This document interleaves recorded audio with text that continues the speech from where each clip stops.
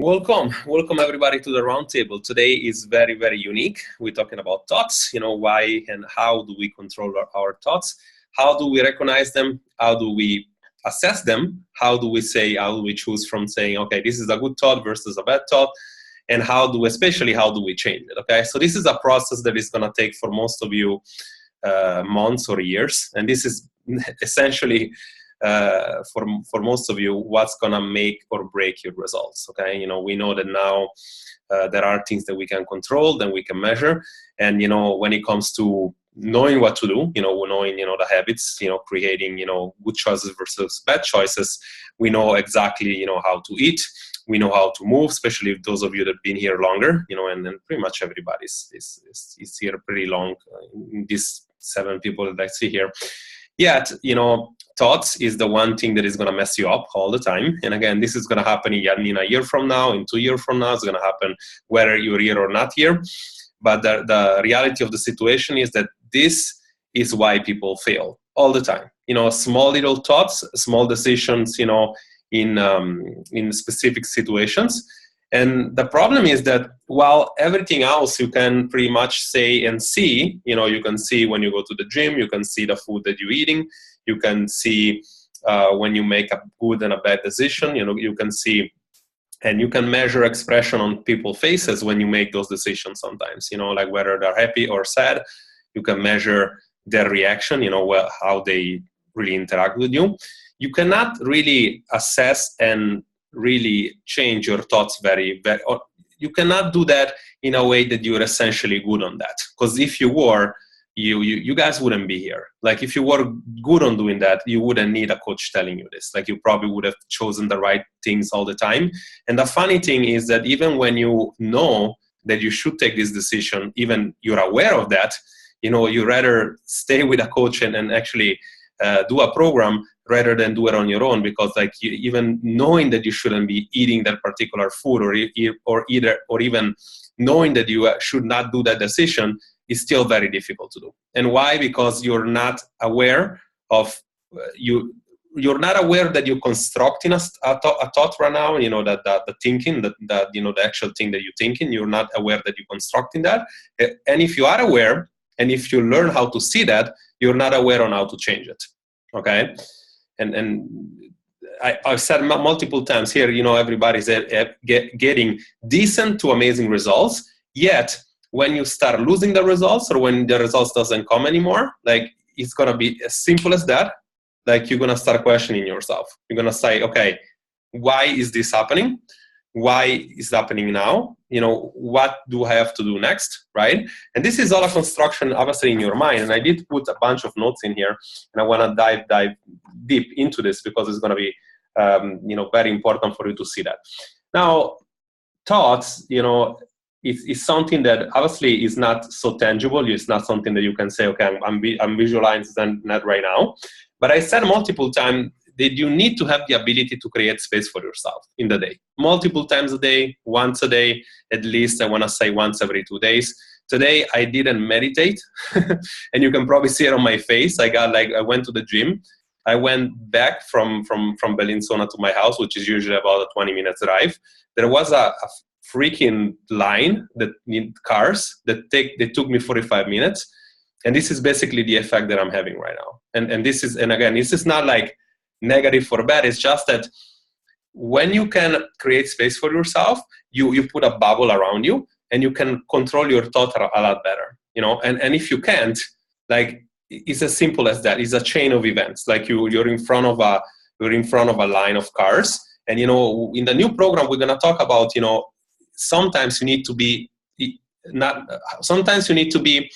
dealing with your not comfortable, and you need to deal with that, and you need to learn from that. Yet, if 8 out of 10 times in the day, in the week, you can actually control those things, it's much better, because it's going to produce the results, or it's not going to have an action that you necessarily need to have. Now, the problem with thought, that people think that, thoughts are, not existent, are something that is you cannot really control, and you say to yourself, thoughts is just thoughts. It's just something that, happens to me, and now, they happen, they are there, but I cannot control them.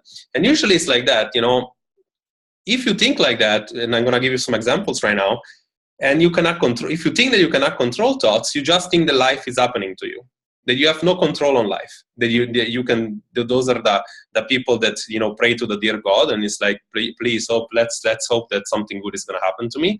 The same people that are broke, that say they know that you can actually be broke, and you say, I have no control of my resources, you know, I have no money. Or the same people that are, you know, feel like when they have something happens, you know, like God forbid a disease, you know, that they are not in control of that. And to a certain extent, sometimes that's true. Yet, there are always things that you are in control. You know, I remember a movie, you know, I don't know if you don't remember the title. I think it was back in the 90s, called Dangerous Minds, I think, you know, with Michelle Pfeiffer, if I'm not mistaken. And, you know, she's a teacher in those place in New York, you know, which obviously she's white, and obviously in a neighborhood, she goes to teach in a neighborhood with Afro-American, and obviously she's not necessarily welcome.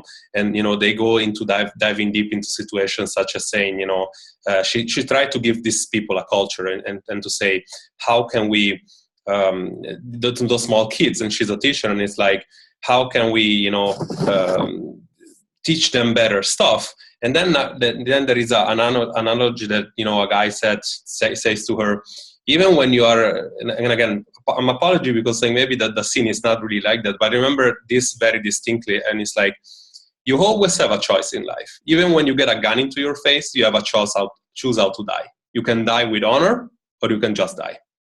You always have a choice, you know, and we need to concentrate on the things that we have control of. Now, thoughts are existent in your mind, and not only they're existent, you can actually measure those. And this that I'm sharing you right now, and I'm going to share my screen right now. This is how it's been measured, right? This is the activity of the brain, and the thought is myelinating. This is the myelin map, which is basically thoughts on how, like, this is how your brain is active. Like when you sleep, when you don't sleep. And again, I'm not pretty positive of seeing if this was something that is being measured when you were sleeping or not. But anyway, this is usually your brain is more or less active. And like this shows you that, you know, you are this idea of being stressed or being like active or not active, like your brain changes all the time. And there are, you know, electrical signal in the brain. So the thoughts are there, and you are in control of those thoughts. And how do you control those thoughts is going to determine an outcome all the time. All right. So where do I want to start from this is that, you know, you really can think that you're not in control of stuff. And like, let's say if you are in a walk, I said this analogy in one live one time. I remember that. And if you are in a walk and you start thinking of a problem that you're going to have in your job, that you know that you have to face in your job, because maybe something like, you know, you're about to, you know, you want to have a raise, and, you know, you want to talk about it, and, you know, there is something coming up, or your boss tells you, you know, we have to have this discussion today. I'm not going to tell you what it's about, but we need to talk, right? And like you start thinking, right? And you walk in, you know, like I see that Lick is doing now, she's walking, and, you know, you start thinking, and you say, instead of saying, okay, I'm going to enjoy my walk, now I'm going to think about this conversation that I'm having, you know, with my boss. And, you know, what is it about? Is she or is he going to fire me? What's this about? And like you start thinking of a problem, right? Or like, let's say that you just come out of the house and you have a ticket, and you start thinking about, fuck, I'm having this walk right now, and I have this ticket, and how am I going to pay that, right? Because it's a lot of money. And then, you know, there is a thinking process, and it's like you can think, right? And then like whatever you come out with what it is, and either you can pay it or not pay it, but like you come out with a solution, you know, you think in here and you come out with a solution. Instead of you stopping thinking, you overthink.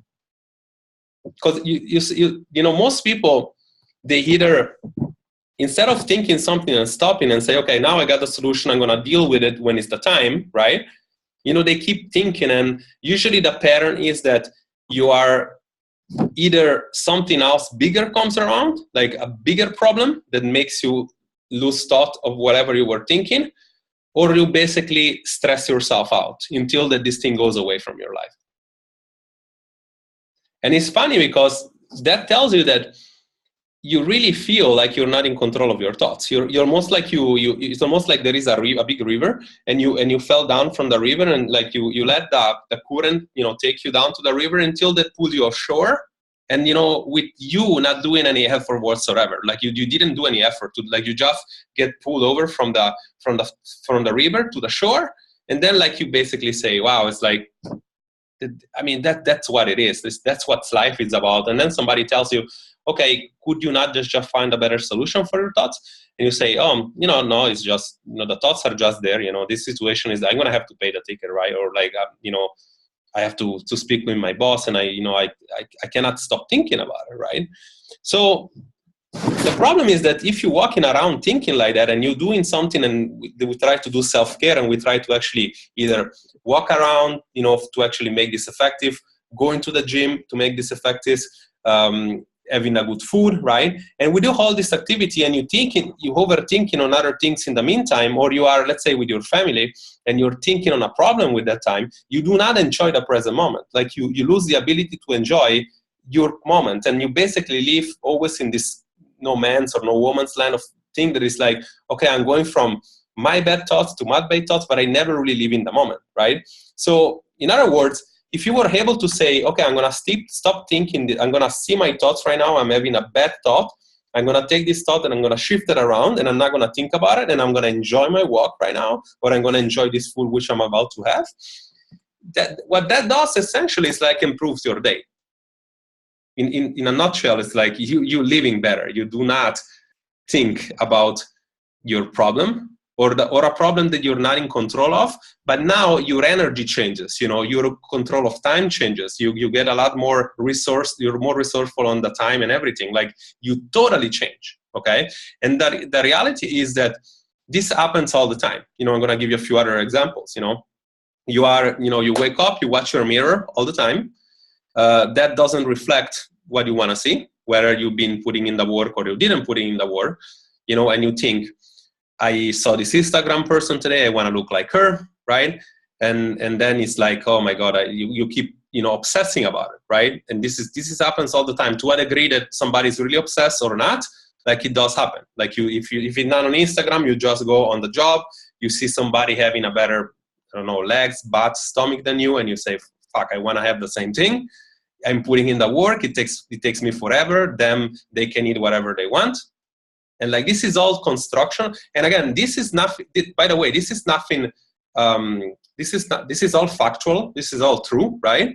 Yet, when you start attaching things to it, and when you start attaching thoughts and you say, okay, and that's a problem for me because I want to be like them because they are better, or this is unfair, or this, like, all this thing happens, you now go from a fact to an opinion. And this opinion is a construction of your mind. Yet, if you allow this thought to exist and you say, this is just in my mind, this is whatever, this is what the truth is, you feel like you have no control on that thought. And now the results is going to be simply affected by that. Okay? Another thing, gym example. Like, you are in the gym, or you don't go to the gym because you see other people looking better than you, or because you feel like when they turn around, they are not where they're watching at you, or like they judge you or whatever. Like we have several people, like, that said to me, before this program, I didn't even want to go to the gym because they judging me or whatever. Realistically speaking, again, one more time, somebody turn at you, they're watching you, and you feel like, they're watching you. Maybe they're watching the clock. Maybe they're watching the friends. Maybe they're watching somebody else. You have the same amount of data to say somebody's watching me and judging me than you could say somebody's watching me, picturing me naked and thinking that I'm hot. Like, you have the same amount of data. Like, the rest is a construction of your mind. And like, you have the ability to choose this thought to be positive or negative. Okay. The other thing is, like we said multiple times in relation to food. Like, this is deep. This is the difficult one. This is actually pretty deep. You shouldn't be eating food, like that bad food that you shouldn't be eating, yet you still take it, or you still you base what happens into your day that you're gonna eat that food or not eat that food in a specific moment, and you know, you do not understand what to do on that moment. Like you say, okay, I know I shouldn't be eating, I'm just gonna eat at that time, and you know, you basically, I'm gonna start the diet on Monday, and yet the Monday never comes.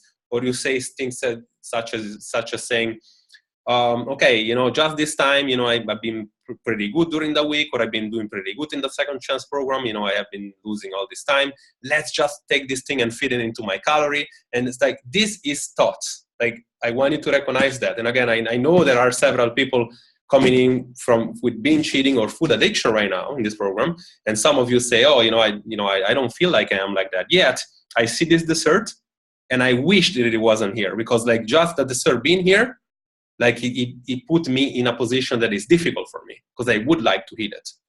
So you're not a binge eater, but you can rest assured that if you do not understand how to make the conversation longer between you and the food, you're always gonna live on that idea that you have to do a to-do list, a set of rules that if you do not do, or if you miss, it will drown you. For sooner or later, it will drown you, because like then you're gonna miss one time, and then like it's gonna be thinking and reinforcing the thoughts. You know, in the next few, I wanna say next months or a little bit, probably anything of that ratio. When I pull out the new site, you will see that most of that side, especially on the beginning, is gonna hang around thoughts, is gonna hang around mindset, is gonna hang around the things that most of the people, and probably most of you still, and like maybe not most of you yet, but most of the people for sure, and also some of you think that are not important, such as the thing that we're doing today. Why I'm saying this? Because instead of having 30 people, 35 people, we have about 8 people here today. And this is, whether you're going to see a replay of this or not, and this is one of those things that you should be here in person and actually be saying it to me, okay, this is my view on what you said, and this does reflect on my life. Because it will reflect on each individual single life of yours, like to an extent. And again, believe me, it's positive. It's something that if you are aware of that, it's something you can change. And thinking and thoughts is the one thing that is going to mess people up all the time. This is why you wake up motivated one day and another day not motivated. Shift around your day from the beginning, and you're going to always be motivated, and you're going to always see a result in your day. You're going to always have a positive day. And funny enough, even the day is not positive, it's always positive anyway, because it's the way you see it. It's always the way you see it. If you are positive, even the day that is the same crap of the other day is going to be positive, because like you see it differently, right? So the last example is self-sabotage. Like you go into vacation, or like how am I gonna do everything when I'm in vacation? How am I gonna work out? How am I going to eat, right? Now, or in the restaurant, I mean, this is a simple question. This is a very rhetorical question. It's like, how are you going to eat in a restaurant? I mean, what's the difference, right? I mean, like you still can, you have choices on the food that you take in. And it's almost like saying, it's like, I wish that somebody told me something different, because, I want to hear something different, so I can allow myself to think something else, right? Like you must be really clear that you know everything already, especially if you've been here, some of you I see here 20 weeks, 30 weeks, 40 weeks. Like if you've been here that long, like you know already everything. I was doing today a new webinar, and I'm gonna make it most like a new video to get good to actually show the people that comes in new, our world view, like we call it. And it's really concentrating around 3 things. It's like people fail because they do not understand set points. They do not understand the correlation between your genetics and the knowledge that how the body works. And you don't understand that your body is always going to shoot you back. It's going to want to shoot you back to the original, to the fat percentage you've always been in your life. You're always going to do that. Is always going to try. And the only way for you to not get there is you changing your habits and doing the things that you're doing, which take me to the second point, consistency. If you say to me, I want to fix a problem that happened or two problems that happened to my life, which is always driven by thoughts, by the way, things such as my car broke down, I got fired, and you say, okay, I have to go and take care first, or I have to go and get confidence first, so that I can come with you and get healthy. This is all thoughts construction, and it's not gonna happen, because think about it. Like, if you were wealthy, healthy, confident, you wouldn't be here. And again, I'm not saying that whoever is here is not confident. By all means, don't get this message, and those of you watching later, don't get this message. But it's the thing is hey, if everything was perfect, with body and everything, you wouldn't need to actually be here. It's very rare to have, in fact, I do have a few, but it's very rare to have somebody that starts the program with, the body that they want and have the habits that they want. Because if they have that body, but the consistency they're lacking, so they are where they want, but they're not able to get there or they're not able to stay there because they know that they're super busy. And I'm talking about the real person, the real manager that goes out and or maybe a mom and a manager. The example that actually comes to my mind is Leila right now. Those of you that matter, in the seminar remembers that. Somebody, a business coach that actually is a mom that travels from Zug to Ticino 3-4 times a week, right?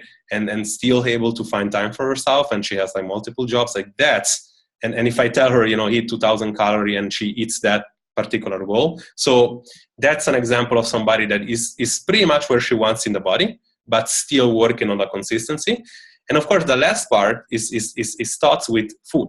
It's be able to know exactly what to eat, but be able to eat that for the rest of your life and know what to do when something comes. Meaning, let's say you were able not to eat sugar anymore, and that's what you want to not eat sugar because you know that you're food addicted, and you're able to do that for a year.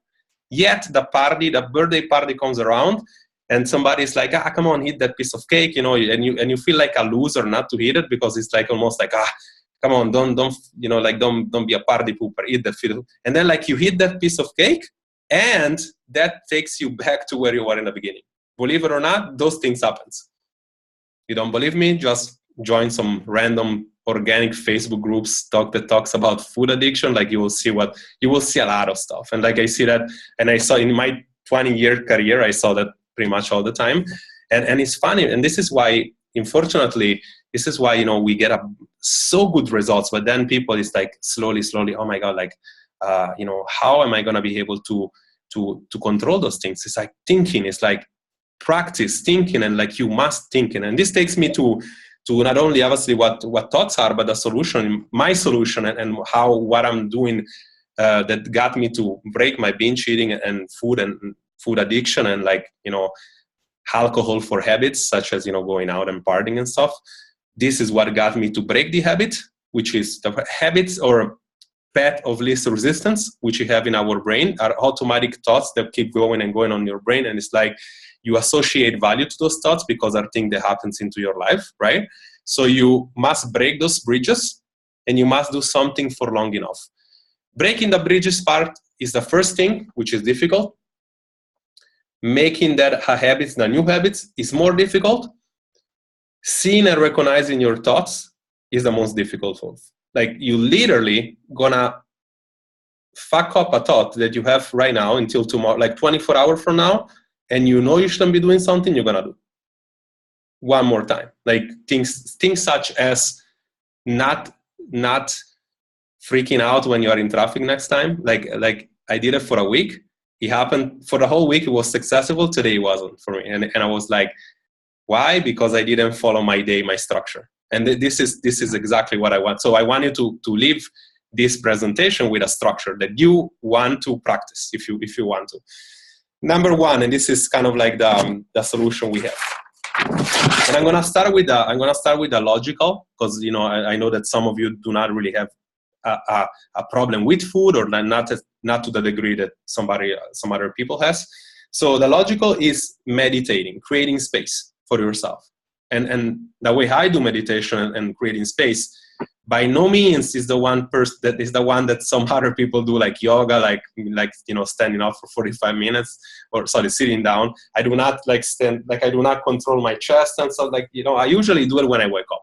Whether my clock is morning or later morning or whatever, I lay down. I first watch a minute, the sky, the floor, whatever, the roof, right? And I thinking, okay, cool, I really want to be happy, first of all, because I'm healthy right now, I'm waking up healthy, whatever.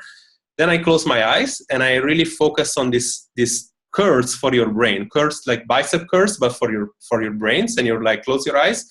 And, because, a lot of people say meditate, you must kind of sit, with a butterfly position. If I sit like that, I'm not going to be able to do that because it's so in my body, I cannot relax. I really believe in you be able to relax and not be perceiving and aware of your body and in the moment.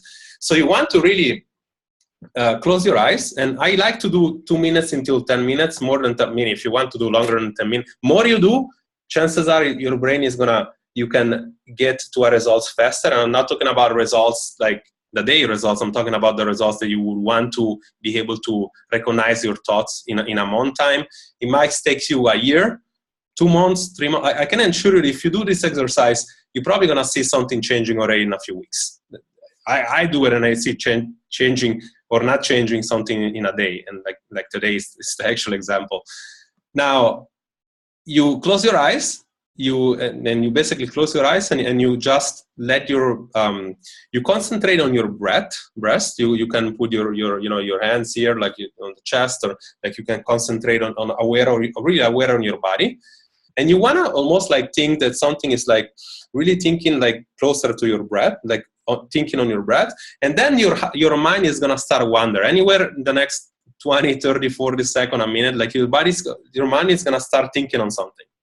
The moment that you take that thought and you pull it back to your breath, like your breathing, you now have the ability to do this exercise with it's like you were doing a bicep curls, but for your brain. And you want to concentrate, you want to take that and you want to put it back. And the moment that you say, okay, I'm meditating right now, you are aware that you have in thoughts. That you're aware that you can control thoughts. You're aware that, they're not in power of you and you're in power of them. And then you pull it back. And you do the same thing, another 30 seconds goes by, that's going to happen again. I can assure you, you just pull it back. And of course, this is basically what's going on. You just do that for 3 to 10 minutes or whatever. I would start with 3 minutes the first week, maybe 5 the second week. You do that, and then you start recognizing that. And again, I put here a brackets, I'm not gonna rewrite it. So this is actually so you instead of having thoughts and then you have an outcome, right? You're gonna start having thoughts. You're gonna see the moment that is happening, the thoughts. You're gonna really start to assess your thoughts, whether they're positive or negative. And the last part is really choosing to do something with the thought. And obviously you change and you should have an outcome. And basically it's as simple as that.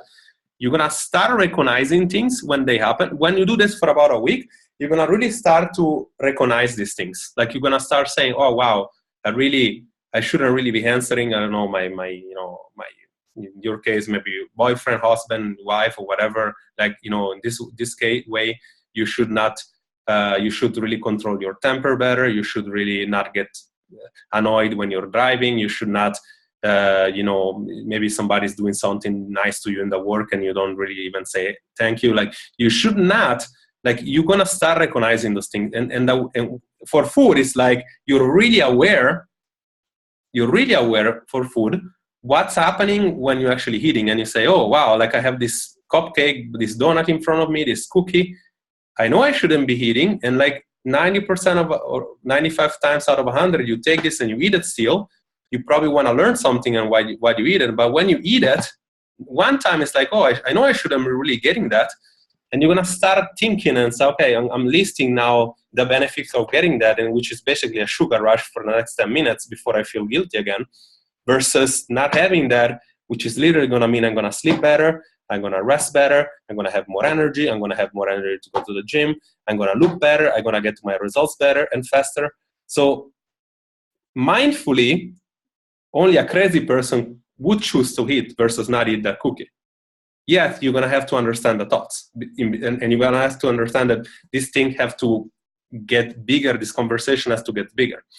Now, removing the triggers, and the first thing that you're gonna have to see is like recognizing those thoughts, removing the triggers from thoughts, meaning like you recognizing those thoughts, but if you can remove initially the triggers of you not buying the food, which essentially doesn't change the relationship with food that you have, but yet it allows you to stop the urges or stop, you know, the stimuli or the instinct of you wanting to eat bad, for example. Now you're putting a band-aid, you're taking that away.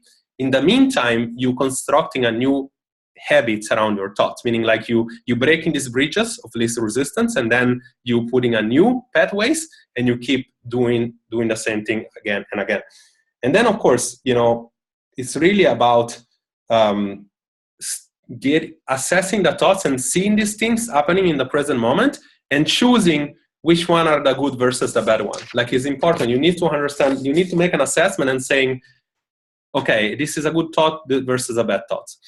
And of course, you know, the only way for you to be able to like, and to put band-aids on, you know, before these things happens, like not buying things, like controlling your environment, like, you know, counting until 10 or 20 when you know that you shouldn't be having this particular food. I mean, like, those are band-aids that you're putting, and like you can use whatever you want to delay that situation so that you can make this conversation longer. But at some point, you really want to be making this conversation to a degree that, you know, yeah, I mean, I know I shouldn't be eating, and now I'm not gonna eat it because I feel like this is worth. Because now I'm changing my thoughts. And again, it's something that needs to happen as kind of like a chain of events. First, you see the thought, then you recognize the thought, then you change the thought, and then you do something advanced, which I'm going to talk right now really fast because we have about 5 minutes. Then I'm going to have everybody that wants to ask questions kind of click on this link again. The thing that you want to be doing is like, think like when, let's say when you become really good on now changing your thoughts, you want to understand mindful deviations, which is basically say those things that happen sometimes, which is not habitual, they happens because you wanting to choose to let this thing happen, and you know those are not gonna ruin your results. Meaning, like, let's say that you do decide one time to have a drink with a friend, right? And yet you have a drink with a friend, and you know that, you know, if you, I don't know, if you get a vodka or whatever like you want, like, you know, you can actually, you know, there's, I don't know, 200 calories, 300 calories, you know that this is not going to mess you up your results. But this is a mindful deviation when something happens in a sense that it doesn't happen all the time. You saying to this person, no, I'm not going to drink, it would kind of like destroy or like make the experience worse. And so you say, this is not going to mess up my results. This is a mindful deviation, right? I can do it for once, right? And you know that this once is really once. And you know that this once is not going to make you fall back into a bad habit, right? And this is the key. This is the actual last thing that I want to talk about today. When a mindful deviation makes you go back to where you were before. Let's say that, and this is basically, this is an important concept that you understand. Let's say that you have a bad day, like either a bad day or like a stressful day, or whether is this person makes you have a bad thought or stressful thought and say, okay, I'm totally stressed today, whether it's because my job or whatever, yet I'm going to have this whiskey or this vodka with my friend, and he or she asks you to, okay, you want to drink? And you say, you need to make a decision, because you know that if you're going to get this vodka, it's probably going to be one of those days that you're going to want more vodka. And this is a pattern, because now the vodka is no longer a mindful deviation. It's something that you do just because you want to medicate something, medicate a negative emotion. You want to medicate a situation. And so you need to be strong in that particular sense. Likewise, when you have cravings, to say, okay, I do not want to do cravings or having a drink to medicate something. I want to, like, one is the same outcome, but one is very, very positive, a mindful deviation with a friend. The other one, you say, okay, I'm going to say no, because this is not one of those days I could get another whiskey or another vodka, just to not medicate something enough for a mindful and happy and positive experience, right? This would drag me to get more, and I would wake up tomorrow feeling like guilty and feeling like this wasn't helpful, right? And so forth. So today it was very advanced stuff like this, but it's something that I want to start, communicating to you, the people that want to get this communication, because this is essentially, to a degree, first what I'm doing now with myself, but secondly, something that is going to really change or not change your results. Like, everybody can be healthy for 6, 12, 20, 30 weeks. Everybody can. Very few can really say, okay, in the present moment, this is happening, and I have control of what's happening, and I'm going to control it all the time, so that the only time I don't control it when I do not have, when I have a mindful deviation, something which I choose to have because I know it's not bad. Okay, so you can see this. I'm gonna, obviously it's recorded. I'm gonna put that on the group. I want you to go back and watch this thing, especially if you weren't here watching the first time this thing. You want to really pause it or see these things again.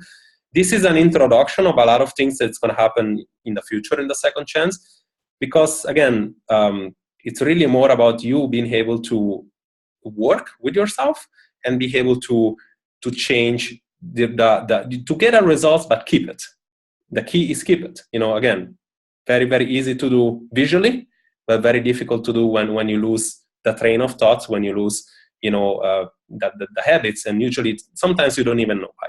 Okay, so what I want you to do, ladies, I'm gonna have you click one more time in these particular things for questions, for thoughts, and for whatever you want to speak. I do not want to record those. I want to make those just for you and us to be able to share. So who is not here, their fault.